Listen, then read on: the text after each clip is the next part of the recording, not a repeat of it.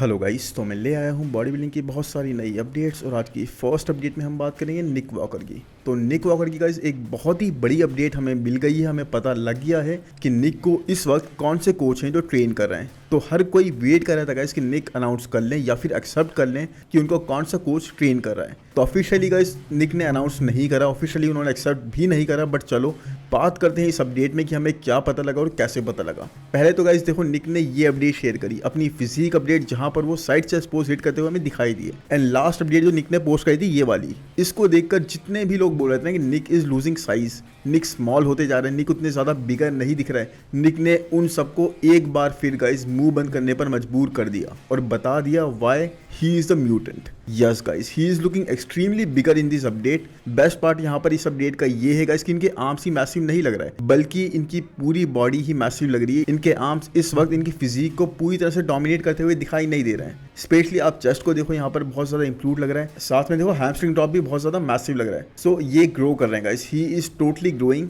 And अपने सिर्फ arms को ग्रो नहीं कर रहे क्विजो की तरह। इनको कोई वर्ल्ड रिकॉर्ड नहीं बनाना माइकल क्विजो की तरह या फिर डायरेक्ट की तरह सिर्फ बैक पर फोकस नहीं करना। निक अपनी पूरी फिजिक पर बहुत ही बैलेंस वे में फोकस करते हैं।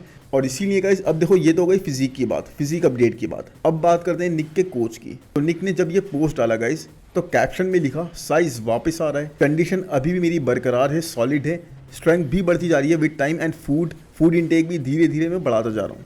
एंड थोड़ी ही देर की बात थी गाइस, उसके अंदर ये कोच है काइले विल्किस। इन्होंने निक के इस पोस्ट को अपनी स्टोरी पर लगा दिया with a demon smiling emoji, या फिर इस इमोजी को जो भी बोलते हैं आप लोग मुझे कमेंट सेक्शन में बता देना। मुझे इतनी नॉलेज नहीं है कि इमोजी का नाम क्या होता है, बट एनीवेज। तो जैसे ही इन्होंने निक को टैग करा गाइस अपनी स्टोरी में, ये निक के पोस्ट को यूज करके और साथ में इमोजी लगाकर हर किसी का अटेंशन इन्होंने कैप्चर कर लिया यहाँ पर। यस, ऐसे ही तो कोई कोच किसी की भी पिक को नहीं डालेगा, राइट। एंड ऑल्सो गाइज ये कोई इतने जाने माने कोच नहीं है जिसके बारे में बहुत लोग जानते हो। But at the same time guys Nick को इतने जाने माने कोच की रिक्वायरमेंट थी भी नहीं। निक को ऐसे ही कोच की रिक्वायरमेंट थी जो एक्चुअल में पूरा टाइम दे सके निक को, पूरा फोकस निक पर कर सके, पूरा अटेंशन दे सके निक को, ताकि उनकी फिजिक उस तरह से इंप्रूव कर पाए, पूरा अनडिवाइडेड अटेंशन मिल पाए और he can actually improve with that. जाने को तो देखो निक किसी के पास भी जा सकते थे, हैनी रैम्बर्ट, स्टेफन किन्जो, बिटोर वगैरह किसी के भी पास। But I think it's the right decision, because by not going to a coach जिसके बारे में सब जानते हैं, जिसके पास ऑलरेडी बहुत सारे क्लाइंट्स हैं, निक ने एक चीज़ तो इंश्योर कर दी कि उनको पूरा फोकस मिला अपने ट्रेनर का, अपने कोच का, अनडिवाइडेड अटेंशन मिले, उसके साथ वो ट्रेन कर पाए।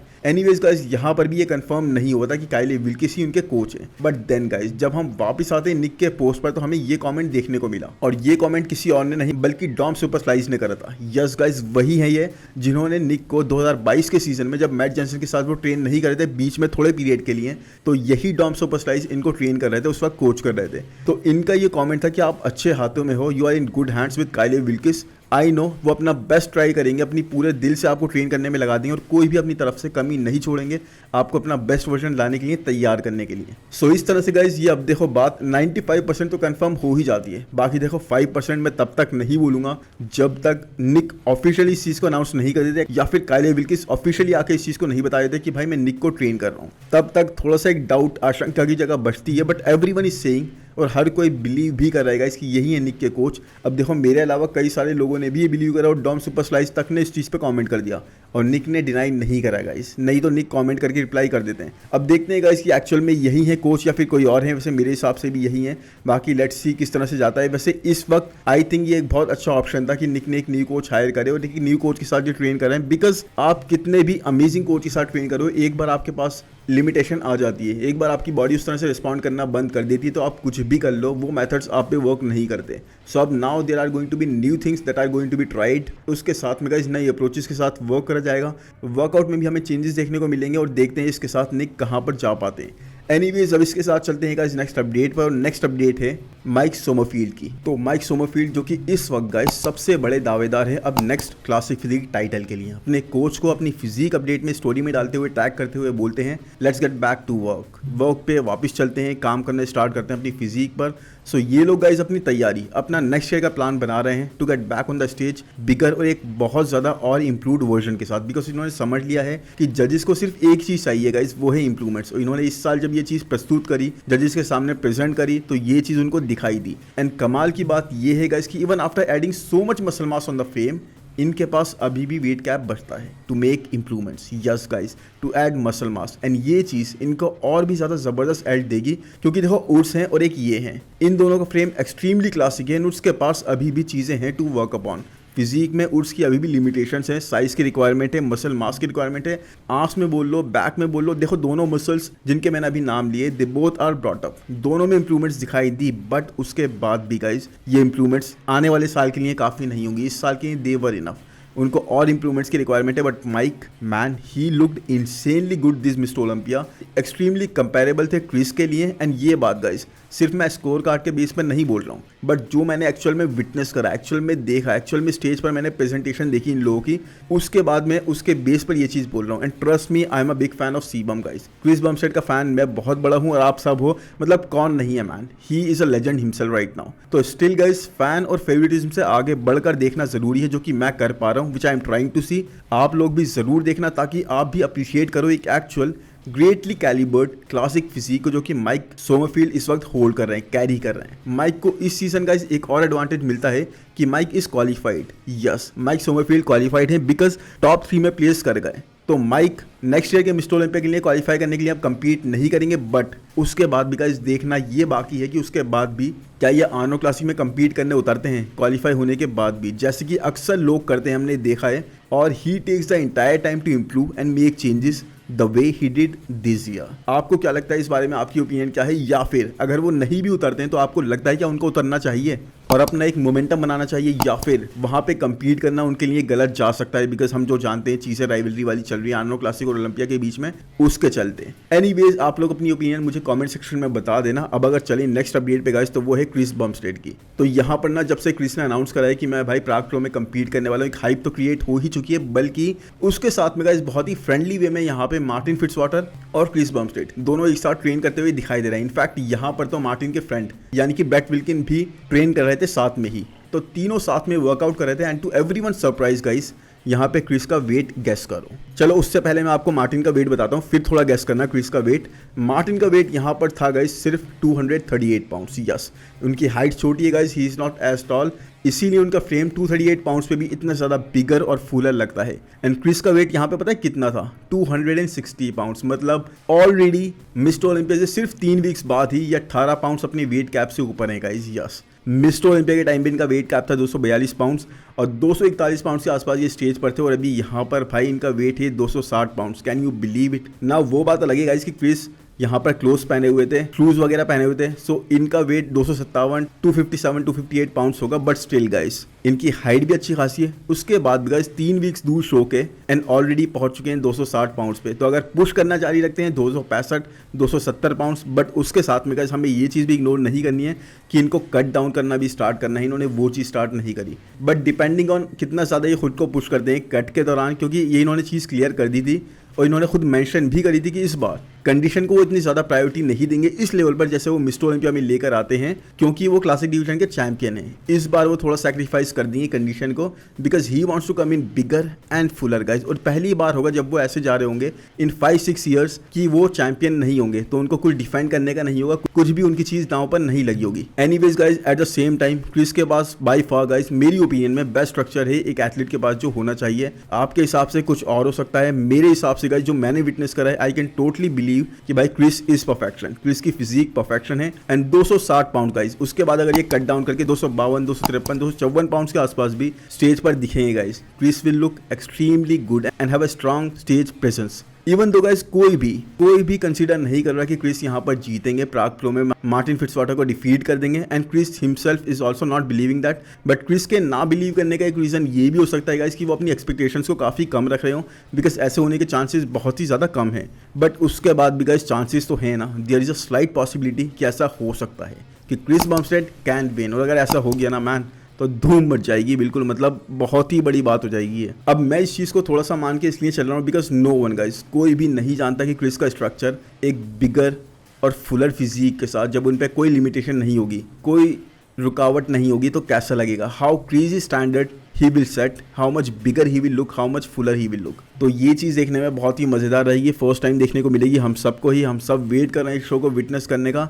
एनीवेज आप बताओ कमेंट सेक्शन में कि आपको लगता है कि यहाँ पर 5-10% चांसेस हैं क्रिस के जीतने के, या फिर आपको लगता है ज़्यादा ही चांसेस हैं, लोग उनको बहुत कम आंक रहे हैं। एनीवेज इसके बाद चलें अगर नेक्स्ट अपडेट पे गाइस, तो वो है टायरेंस रफिन की। अब देखो काफ़ी लंबे टाइम से बोला जा रहा था कि भाई टायरेंस रफिन को कवर नहीं करा जा रहा, रफ डीजल को कवर नहीं करा जा रहा, कहाँ पर है वो, क्या कर रहे हैं इस वक्त, उनका ऑफ सीजन खत्म हो गया है या फिर प्रेप स्टार्ट कर रहे हैं, क्या हो रहा है। तो अब उनकी देखो ऐसी फिजिक अपडेट हमें रीसेंट टाइम्स की कोई भी देखने को नहीं मिली, बट जस्ट बिकॉज आप लोग बोलते हो तो मैं कवर कर रहा हूँ। इस वक्त टायरेंस रफिन उनका ज़्यादा फोकस गाइस ट्रेनिंग, पोजिंग की कोचिंग वगैरह जो देते हैं उसके ऊपर है, plus off season I believe इनका कंप्लीट हो गया है, बिकॉज अब उतने मैसिव, उतने बल्कियर साइड पे नहीं लग रहा है, पूरी तरह से वापस आने के लिए तैयार दिखाई दे रहे हैं। लेकिन अभी तक कोई भी शो इन्होंने अनाउंस नहीं करा। फिजिक कैसी है हमें कोई आइडिया नहीं है गाइस बिल्कुल भी, क्योंकि ये क्लोथ पूरी तरीके से वर्कआउट करते हुए दिख रहे हैं, कोई भी हमें फिजिक का आइडिया नहीं मिल पा रहा।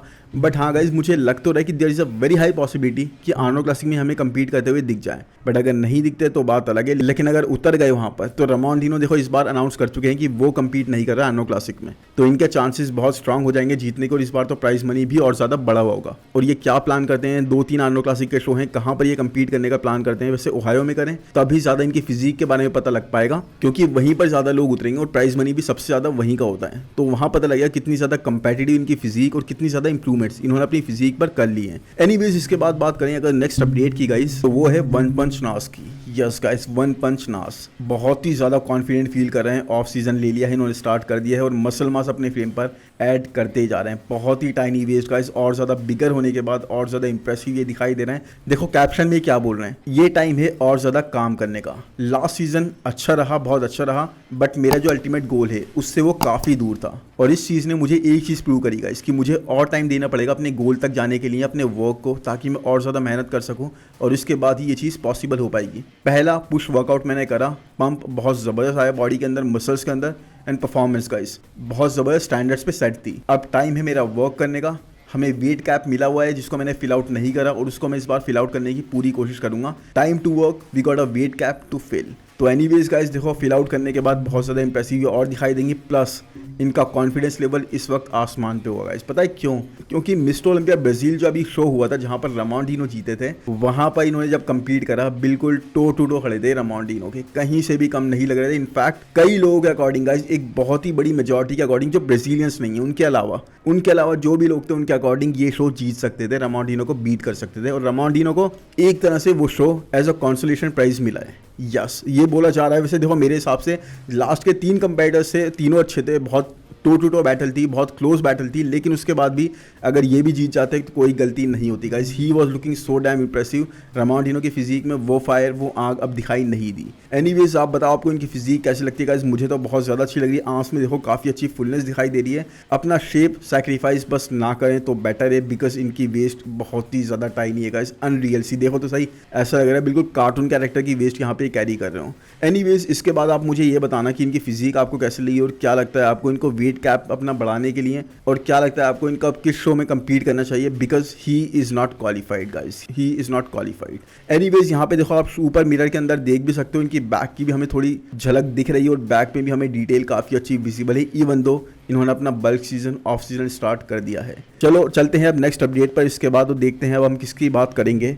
तो अब नेक्स्ट गाइज मैं आपको ये दिखाना चाहता था रायन टेरी की update. Yes guys thanks to Mister Olympia LLC जिन्होंने इस रील को बना के डाला, जिसके अंदर दोनों ही 2023 और 2024 का वर्जन रायन टेरी का इन्होंने कंपेयर करा। और जो चीज़ मैं आपको बताया था ना कि रायन टेरी 2024 में एज इंप्रेसिव नहीं थे, मतलब इतने ज़्यादा टाइटर नहीं थे, इतने कंडीशन नहीं थे, इतने ज़्यादा हार्ड और ड्राई साइड पर नहीं थे जितने 2023 में थे, वो चीज़ यहाँ पर आपको टोटली पूरी तरीके से विजिबल हो जाएगी। फॉर एग्जांपल अगर मैं आपको स्ट्रेट से यानी फ्रंट पोज से बात करना स्टार्ट करूँ तो आप देख सकते हो इनके एब्स में डिफरेंस कितने ज़्यादा टाइटर लग रहे हैं 2023 के वर्जन में, कितने ज़्यादा हार्डर साइड पे दिखाई दे रहे हैं, जबकि उतने क्रिस्प और उतने शार्प यहाँ पर आपको 2024 के वर्जन में नहीं दिख रहा है। प्लस आप ऑब्लिक्स मसल देख लो, साइटस मसल देख लो, वो भी इतने क्लियर और डिफाइंड विजिबल आपको नहीं होंगे। प्लस बैक में जाने के बाद हाँ बैक में इंप्रूवमेंट्स इनकी दिखाई दे रही है, मसल मास थोड़ी सी, थिकनेस थोड़ी सी इंप्रूव डेफिनेटली लग रही है गाइस, लेकिन एट द सेम टाइम आप अगर इनकी बैक में देखोगे तो बैक में भी जो शार्पनेस थी, जो डिटेलिंग थी, वो 2023 के वर्जन में आपको ज़्यादा दिखाई देगी। He was way dryer guys, मतलब उसके बाद में ये नहीं बोल रहा 2024 का वर्जन बेकार था, but guys it was really very good. But at the same time अगर हम कंपेयर करेंगे 2023 के वर्जन से, इनके ही लास्ट ईयर के वर्जन से, तो he was superbly perfect eight 2023 version. तो यही है गाइज, अब रायन टेरी के लिए चैलेंज आने वाले सालों में और ज़्यादा बढ़ गया, बिकॉज अली बिलाल बहुत ज़्यादा जजेस की नज़र में आ चुके हैं और वो टॉप की बैटल में ही रहने वाले हैं। और हमने ऐसा कई बार होते हुए देखा है ना कि भाई कोई एथलीट बार बार नॉक करता है उस डोर पर, उसके बाद उसको टाइटल मिल ही जाता है, और वो एक्चुअल में केपेबल है गाइज। मतलब बैक पे अपनी इंप्रूवमेंट्स करनी है, उसके बाद he is going to be दिया। उनको भी मिस्टर ओलंपिया को भी देखो एक न्यू फेस चाहिए, बिकॉज रायन टेरी हम सबको पता है अभी कंपीट कर रहे हैं। He has been competing for a long time, but he is not going to be competing for a long time. Yes, बहुत लंबे टाइम कंपीट नहीं करेंगे। आई थिंक मैक्सिमम 1-2 साल और हमें कंपीट करते हुए दी जाएंगे, वो भी मैं आपसे बोल रहा हूँ मैक्सिमम। उसके बाद हमें कंपीट करते हुए नहीं दिखेंगे। और साथ में गाइस अब इनको चाहिए न्यू फेस मिस्टर ओलंपिया को, और अली बिलाल से बेटर फेस इनको इस वक्त, एक न्यू फेस की बात कर रहा हूँ मैं, वो नहीं मिलेगा गाइस। वैसे तो ब्रैंडन वगैरह भी वापस आ सकते हैं, एरिन मैक्स भी आ सकते हैं, बट अगर न्यू फेस की बात हो तो भाई अली बिलाल एक्चुअल में सूट करेंगे, बहुत ज़बरदस्त लगेंगे इस टाइटल के साथ में, एक बहुत बड़ा चैलेंज प्रेजेंट करेंगे सबके लिए। अभी तक जिसने उनको टाइम दिया है कि देखो आप यहाँ तक आ गए, लेकिन इंप्रूवमेंट्स की रिक्वायरमेंट है, गुंजाइश अवेलेबल है, उन पर वर्क करो and then you will get the title. तो उसी चीज़ पे उनको काम करना है, उसी चीज़ पे वो काम करेंगे, और उसके बाद मुझे लगता है उनका टाइम भी आएगा। Anyways I really hope guys ये वीडियो आपको पसंद आया होगा। पसंद आया है तो प्लीज़ लाइक कर दो यार, चैनल को सब्सक्राइब कर दो। कमेंट सेक्शन में ज़रूर बताओ किसकी अपडेट्स आप मुझे कवर करते हुए देखना चाहते हो, और मैं उनकी अपडेट्स कवर करूँगा। बाकी मिलते हैं नेक्स्ट वीडियो में। Thank you, bye bye.